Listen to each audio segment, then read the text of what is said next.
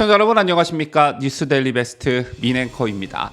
자, 이번 영상에서는 국민의힘 전당대회와 관련해 나경원 부위원장에 대한 얘기를 집중적으로 살펴보도록 하겠습니다. 지난 주말 사이 나경원 부위원장이 정말 뜨거운 감자로 급부상하고 있죠. 나경원 저출산 고령화사회위원회 부위원장과 관련해 지난 주말부터 오늘까지 벌어진 일들을 먼저 살펴보고 저의 생각을 여러분들께 말씀드려 보도록 하겠습니다. 자, 우선 대통령실과 나경원 부위원장의 갈등과 관련해 정말 많은 보도와 말들이 쏟아지고 있습니다. 그중엔 익명의 대통령실 관계자의 말을 전하는 어떤 신빙성 있는 보도들도 있었고요. 윤석열 대통령이 나경원 부위원장의 불출마를 설득하기 위해 나 부위원장의 남편인 김재호 판사의 승전 인사를 약속했다는 등 확인되지 않은 유언비어도 확산하고 있습니다.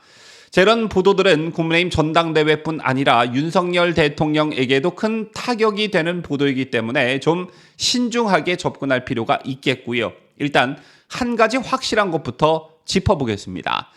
자, 우선 대통령실과 나경원 부위원장과의 갈등이 폭발한 것, 그리고 각종 여론조사에서 절대 다수의 당원들과 지지층들로부터 지지를 받은 나경원 부위원장에 대한 평가가 급속도로 부정기류로 바뀌게 된 계기가 있었다는 겁니다. 이걸 두고 대통령실에서 폭발했다라는 표현까지 등장하고 있는데요.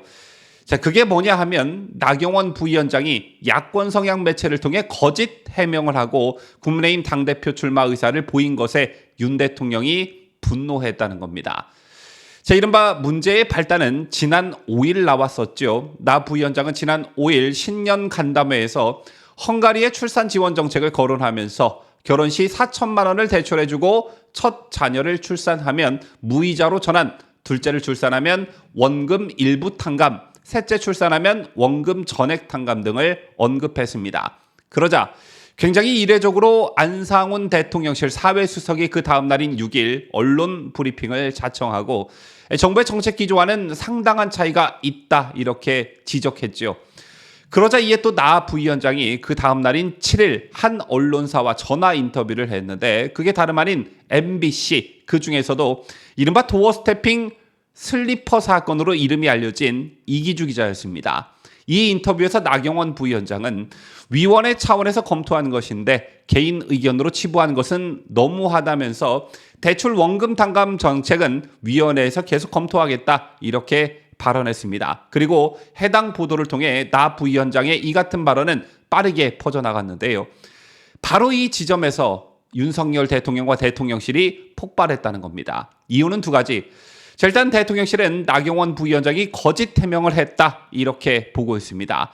윤 대통령이 위원장인 저출산위의 회의가 그간 한 번도 열리지 않은 상황에서 나 부위원장이 자신의 개인 의견을 위원회 의견으로 둔갑시켰다는 것이 첫 번째 이유고요.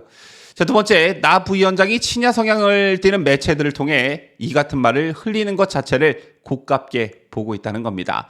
나 부위원장은 앞서 전해드린 지난 7일 MBC와 전화통화 외에도 그 전날인 지난 6일엔 KBC 광주방송과 인터뷰에서 당권 도전과 관련해 좀 더 마음을 굳혀가고 있다 이렇게 밝힌 바 있습니다. 그런데 공교롭게도 나 부위원장의 인터뷰를 통해 자신의 의견을 언급한 매체들 모두 윤 대통령 또는 대통령실과 관계가 매끄럽지 못하다는 것이죠. 자, 물론 여러 언론사 기자들이 참석한 자리에서 한 말이라면 뭐 문제가 없겠지만 MBC와 KBS 광주방송과의 인터뷰는 단독이었고 나경원 부위원장이 인터뷰를 거부해도 될 일이었습니다. 자, 여러분 아시다시피 MBC는 지난해 9월 윤 대통령의 미국 순방 중 이른바 바이든 날리면 논란을 일으켰었죠. 또 같은 해 11월에는 MBC 기자가 도어 스태핑을 마치고 돌아서는 대통령을 향해 질문을 쏟아냈고 비서관이 이를 문제 삼으면서 언쟁이 오가기도 했습니다.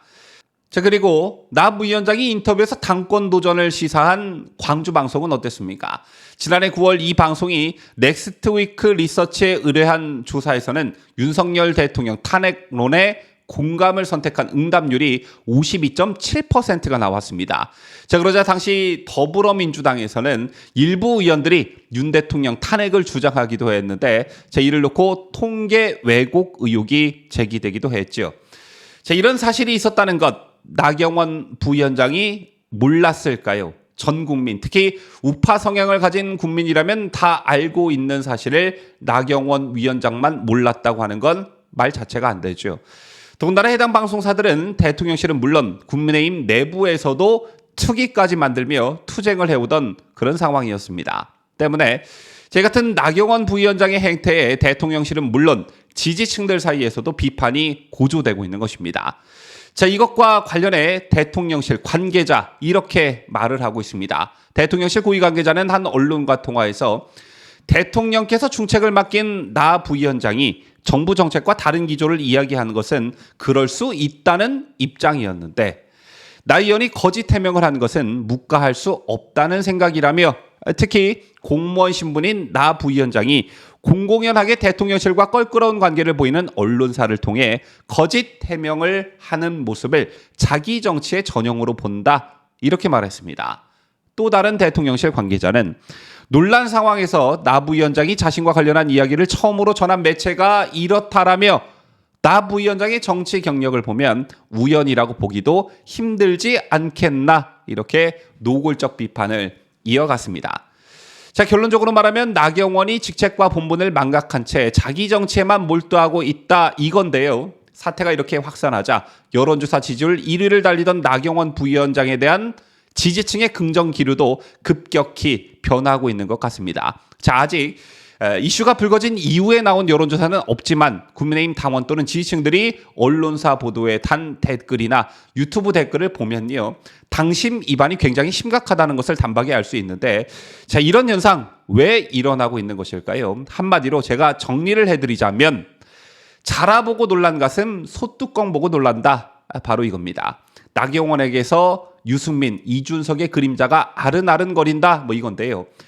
정부 기조와 조율 없이 정책을 거론하는 나 부위원장의 행보가 박근혜 정부 시절 유승민 전 의원의 돌발 행동과 비슷하다는 겁니다. 여러분 아시다시피 친박으로 분류되던 유승민은 2015년 2월 새누리당 원내대표 시절 증세 없는 복지는 허구라고 정부 정책을 전면 비판하면서 논란이 됐습니다.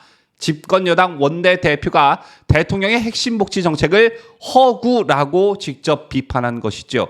자, 이후 유승민 당시 원내대표는 2015년 5월 야당이 반대하던 공무원 연금법 개정안을 처리하기 위해 야당 의원이 발의한 국회법 개정안을 묶어 처리하기로 합의했다가 비판을 받기도 했는데 당시 국회법 개정안의 핵심은 행정입법 견제를 명분으로 국회가 정부 시행령 수정과 변경을 요청할 수 있게 하는 등의 권한을 갖는다. 이게 핵심이었습니다. 자, 이러니 당시 박근혜 대통령께서 분노할 수밖에 없었겠죠. 결국 당시 박 대통령은 국무회의를 통해 즉각 거부권을 행사했습니다. 자, 이런 이력을 가지고 있는 유승민. 결국 시간이 흘러 박 대통령이 탄핵 위기에 몰리자 김무성과 함께 직접 지가 나서 탄핵을 주도했었죠. 그리고 그때부터 유승민에게는 항상 배신자라는 말이 줄곧 따라붙었습니다. 자, 그리고 또 한 명의 유승민, 이준석이 등장하기 시작하죠. 사실 역선택으로 인해 당대표에 당선된 이준석이 지난 대선 과정 그리고 정권 교체 후에 어떤 행태를 보였는지 저보다 여러분께서 더 잘 알고 계실 겁니다. 자, 어쨌든 우리 우파 진영 그리고 국민의힘 당원들과 지지층들은요. 한 번은 유승민에게 크게 대이고 그 다음은 이준석에게 크게 대었습니다.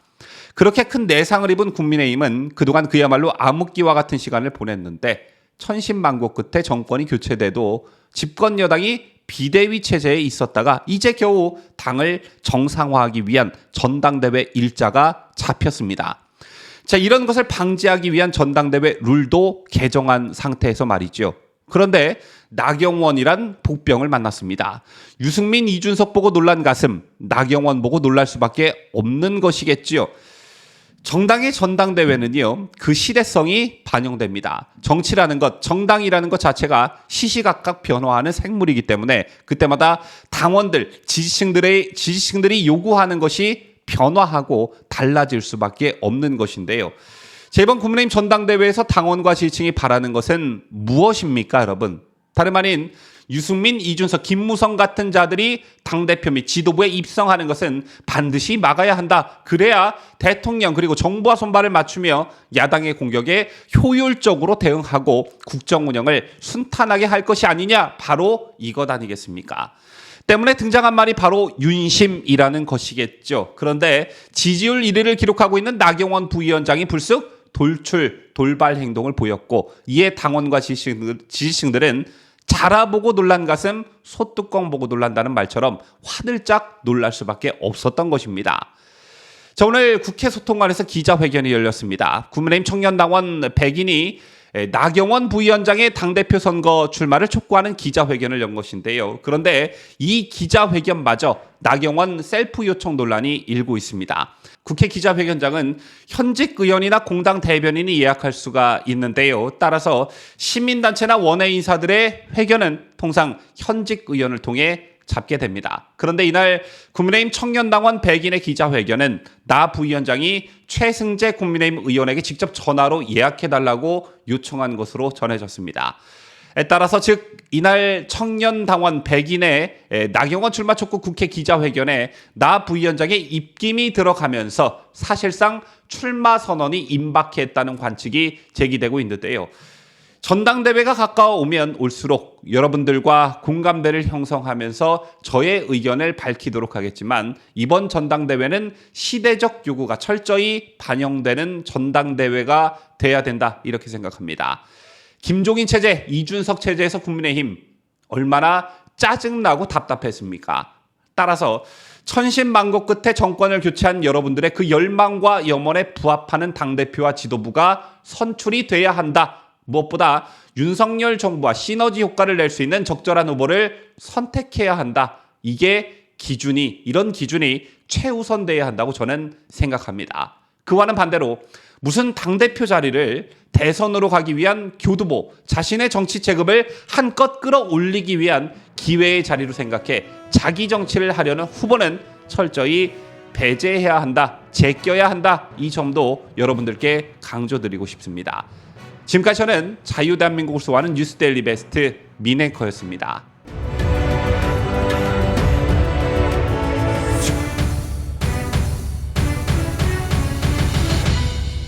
함께해요. 뉴스데일리 베스트.